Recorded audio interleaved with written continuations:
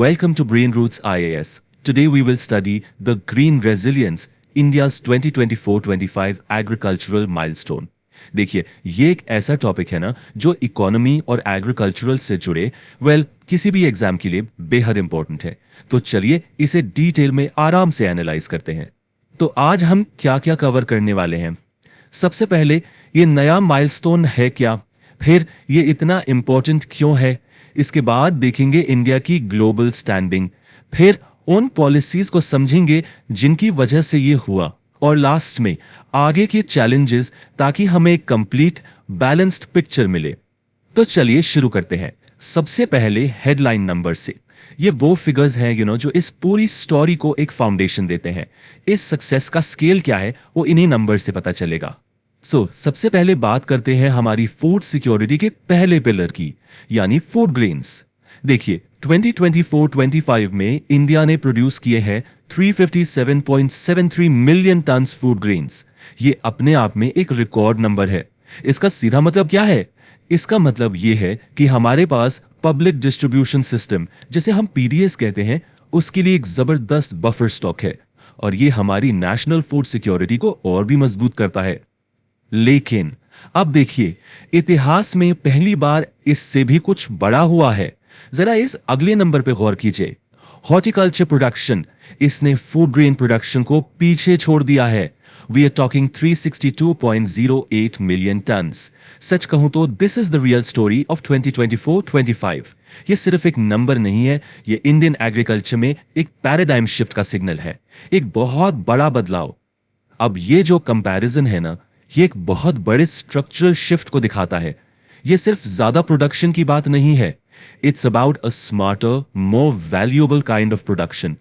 देखिए, food grains हमारी food security के एंकर हैं, इसमें कोई डाउट नहीं। लेकिन हॉर्टिकल्चर यानी फल, सब्जियां, फूल, ये हाई वैल्यू क्रॉप्स होते हैं। इनसे पर एकड़ रिटर्न ज्यादा मिलता है, और ये सीधा एक इंपॉर्टेंट इकोनॉमिक कॉन्सेप्ट से जुड़ता है, जिसे कहते हैं इनकम इलास्टिसिटी। इसका सिंपल मतलब यह है कि जैसे जैसे लोगों की इनकम बढ़ती है, वो बेसिक अनाज पर एक्स्ट्रा खर्च नहीं करते, बल्कि बेटर न्यूट्रिशन वाले फूड जैसे फ्रूट्स और वेजिटेबल्स पर ज्यादा खर्च करते हैं। तो ये जो शिफ्ट है, ये दिखाता है कि हमारे फार्मर्स अब मार्केट की इसी डिमांड को पूरा कर रहे हैं, और यही फार्मर्स की इनकम डबल करने की दिशा में एक सीधा कदम है।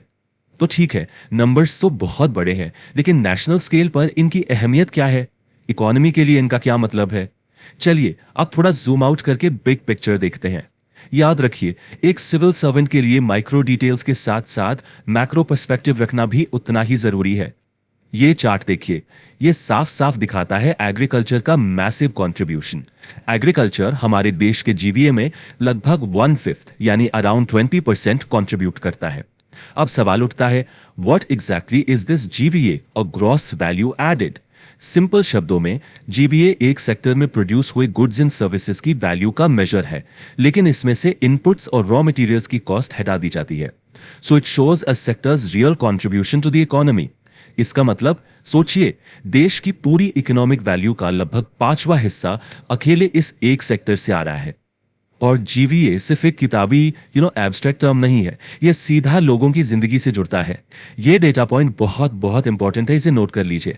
इंडिया की लगभग 46% वर्कफोर्स, मतलब देश का इतना बड़ा हिस्सा, अपनी रोजी रोटी के लिए डायरेक्टली एग्रीकल्चर पर डिपेंडेंट है।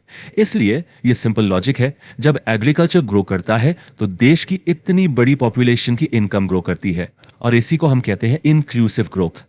अब ये जो सक्सेस है ना, ये सिर्फ एक डोमेस्टिक स्टोरी नहीं है। इंडिया अब एक डोमिनेंट ग्लोबल फोर्स बन चुका है इस मामले में।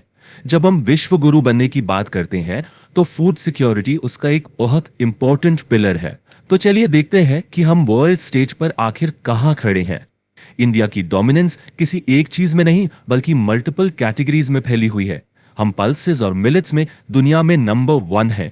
स्पाइसेस, कोकोनट, ड्राई अनियन में हम वर्ल्ड लीडर हैं। और तो और सीरियल्स, फ्रूट्स, वेजिटेबल्स और शुगर केन जैसे कैश क्रॉप्स में हम सेकेंड लार्जेस्ट प्रोड्यूसर हैं।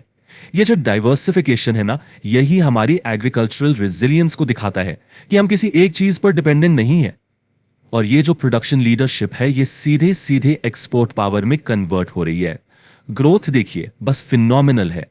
फाइनेंशियल ईयर 2020 में हमारे एग्रीकल्चरल एक्सपोर्ट्स थे $34.5 बिलियन और FY25 तक ये बढ़कर हो गए $51.1 बिलियन। ये जो जंप है ये सिर्फ वॉल्यूम में नहीं है, ये वैल्यू एडिशन में भी है, और यही असली गेम है। यहां पर सबसे जरूरी बात यह है कि हम सिर्फ ज्यादा एक्सपोर्ट नहीं कर रहे, वी आर एक्सपोर्टिंग स्मार्टर। हम अब सिर्फ रॉ मटेरियल जैसे गेहूं एक्सपोर्ट नहीं कर रहे, हम प्रोसेस्ड फूड की तरफ बढ़ रहे हैं। इससे क्या होता है, रूरल एरियाज में जॉब्स क्रिएट होती हैं और सबसे इंपॉर्टेंट, फार्मर को बेहतर प्राइस डिस्कवरी मिलती है। अब इस टर्म को समझते हैं। What is price discovery? It is the process where buyers and sellers interact to determine the market price of a commodity. इसे एक एग्जाम्पल से समझते हैं। जब एक किसान सिर्फ गेहूं बेचता है, उसे मंडी का रेट मिलता है, लेकिन जब एफपीओज उसी गेहूं से बिस्किट बनाकर बेचते हैं, they can discover a much better price in the market. इसी को कहते हैं वैल्यू एडिशन। तो अब मेंस के आंसर के लिए सबसे बड़ा सवाल, ये सब हुआ कैसे? It wasn't an accident. इसके पीछे एक वेल डिजाइंड पॉलिसी फ्रेमवर्क है। ये कोई चमत्कार नहीं है जो रातों रात हो गया। इसके पीछे एक सोची समझी स्ट्रैटेजी है। तो चलिए इस स्ट्रैटेजी को डीकोड करते हैं कि ये काम कैसे करती है। गवर्नमेंट की स्ट्रैटेजी को हम एक 3 लेयर सिस्टम की तरह सोच सकते हैं। हर लेयर किसान की एक स्पेसिफिक प्रॉब्लम सॉल्व करती है। फर्स्ट लेयर क्या है? फार्मर को फाइनेंशियल हेल्प देना और उसके रिस्क को कम करना। सेकेंड लेयर, स्पेसिफिक क्रॉप्स को टारगेट करना ताकि इंपोर्ट पर हमारी डिपेंडेंसी कम हो। और थर्ड लेयर, टेक्नोलॉजी और कम्युनिटी पावर का इस्तेमाल करके पूरे सिस्टम को मॉडर्नाइज करना। तो पहली लेयर ये है किसान के हाथ में पैसा देने और उसे रिस्क से बचाने के बारे में। ये बिल्कुल फाउंडेशनल स्कीम्स हैं, जैसे पीएम किसान। इसके जरिए डायरेक्ट बेनिफिट ट्रांसफर से किसानों को सीड्स और फर्टिलाइजर्स खरीदने के लिए सीधा पैसा मिला। फिर है पीएम फसल बीमा योजना। इसने उन्हें बदलते मौसम के खतरों से फाइनेंशियल प्रोटेक्शन दी। और हाँ, किसान क्रेडिट कार्ड्स, इससे सस्ते लोन का एक्सेस बहुत आसान हो गया। इनमें से केसीसी स्कीम खास तौर पर इंपॉर्टेंट है। क्यों? क्योंकि ये सदियों पुरानी एक समस्या पर वार करती है, by providing what is known as institutional credit. तो ये इंस्टीट्यूशनल क्रेडिट है क्या? देखिए, इट इज फॉर्मल क्रेडिट, यानी बैंक्स जैसे इंस्टीट्यूशन से मिलने वाला लोन। इसके इंटरेस्ट रेट्स कम होते हैं और इसके टर्म्स रेगुलेटेड होते हैं। इसको डिजाइन ही इसलिए किया गया है ताकि ये इनफॉर्मल मनी लेंडर्स के शोषण से, उनके हाई इंटरेस्ट लोन से किसानों को बचा सके, जो उन्हें डेट ट्रैप यानी कर्ज के जाल में फंसा देते थे। अब आते हैं सेकेंड लेयर पर। यह स्ट्रेटेजिक है। इसका फोकस है स्पेसिफिक क्रॉप्स को टारगेट करना ताकि इंपोर्ट पर हमारी डिपेंडेंसी कम हो और हम आत्मनिर्भरता हासिल कर सके। एग्जाम्पल के लिए, इंडिया दालों यानी पल्सेस और एडिबल ऑयल्स का एक बहुत बड़ा इंपोर्टर रहा है। तो इन मिशंस का एम बिल्कुल साफ है, इनका प्रोडक्शन देश में इतना बढ़ा दो कि हमें इंपोर्ट करने की जरूरत ही ना पड़े, और इससे हमारा कीमती फॉरेन एक्सचेंज भी बचता है।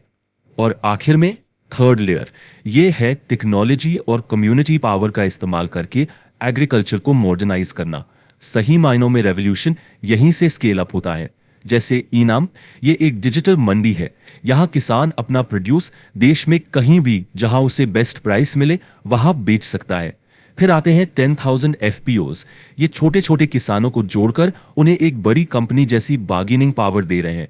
और सॉइल हेल्थ कार्ड्स, इनकी मदद से डेटा ड्रिवन साइंटिफिक फार्मिंग हो रही है, जिसे हम कहते हैं प्रिसिजन एग्रीकल्चर। अब ये जो एफपीओज है ना, यानी फार्मर प्रोड्यूसर ऑर्गेनाइजेशंस, ये छोटे किसानों को एक ऐसा शक्तिशाली टूल देते हैं जो उनके पास पहले कभी नहीं था, कलेक्टिव बार्गेनिंग। चलिए इसे डिफाइन करते हैं। Collective bargaining is the power that a group has to negotiate for better terms. सोचो, एक अकेला छोटा किसान जब कंपनी से फर्टिलाइजर खरीदने जाता है, उसे महंगा मिलता है। लेकिन जब 500 किसानों का एफपीओ एक साथ ऑर्डर देता है, they can bargain for a much lower price. और यही चीज अपनी फसल बेचते वक्त भी लागू होती है। जैसा कहते हैं ना, यूनिटी इज स्ट्रेंथ। तो सवाल यह है कि ये सारे अलग अलग टुकड़े एक साथ फिट कैसे होते हैं? टेक्नोलॉजी, पॉलिसी, फाइनेंस और कम्युनिटी, जब ये सब एक साथ आते हैं ना, तभी एक रेजिलिएंट यानी हर झटके को सहने वाला एक मजबूत एग्रीकल्चरल सिस्टम बनता है। और यही सिनर्जी 2024-25 की सक्सेस स्टोरी का असली राज है। तो अब तक हमने इस जीत की कहानी देखी, लेकिन एक बैलेंस्ड यूपीएससी आंसर में हमेशा चैलेंजेस का जिक्र भी होता है। सिर्फ अच्छी अच्छी बातें लिखने से काम नहीं चलेगा, राइट? तो what are the threats on the horizon? आगे की राह इतनी आसान नहीं है। 2024-25 की सफलता बिल्कुल काबिले तारीफ है, लेकिन चैलेंजेस का अगला मोर्चा ऑलरेडी हमारे सामने खड़ा है और इनमें से 3 सबसे क्रिटिकल हैं। Number 1, climate change. ये जो इराटिक पैटर्न्स हैं, हीट वेव्स, बेमौसम बारिश, ये हमारी फसलों को बर्बाद कर सकती हैं। Number 2, water management. हमारा ग्राउंड वाटर तेजी से खत्म हो रहा है। हमें पर ड्रॉप मोर क्रॉप के मंत्र पर चलते हुए माइक्रो इरिगेशन पर फोकस करना ही होगा। और नंबर 3, सीड सॉवरेनिटी, यानी हर किसान तक ऐसे बीज पहुंचाना जो क्लाइमेट चेंज को झेल सकें और हाई यील्ड भी दें। तो चलिए इस पूरी चर्चा को एक पावरफुल थॉट के साथ कंक्लूड करते हैं, जो दुनिया में इंडिया की नई पोजीशन को बिल्कुल अब परफेक्टली समराइज करता है कि अब इंडिया सिर्फ सेल्फ सफिशिएंट या आत्मनिर्भर नहीं है, हम ग्लोबल फूड सिक्योरिटी आर्किटेक्चर का एक इंडिस्पेंसेबल पिलर बन चुके हैं। इसका मतलब क्या है? इसका मतलब यह है कि दुनिया अब फूड सिक्योरिटी के लिए इंडिया के बिना आगे नहीं बढ़ सकती। ये एक बहुत बहुत बड़ी स्ट्रेटेजिक पावर है। अगर इस लेक्चर से सभी को मदद मिली हो तो इसे लाइक, शेयर और चैनल को सब्सक्राइब जरूर करें।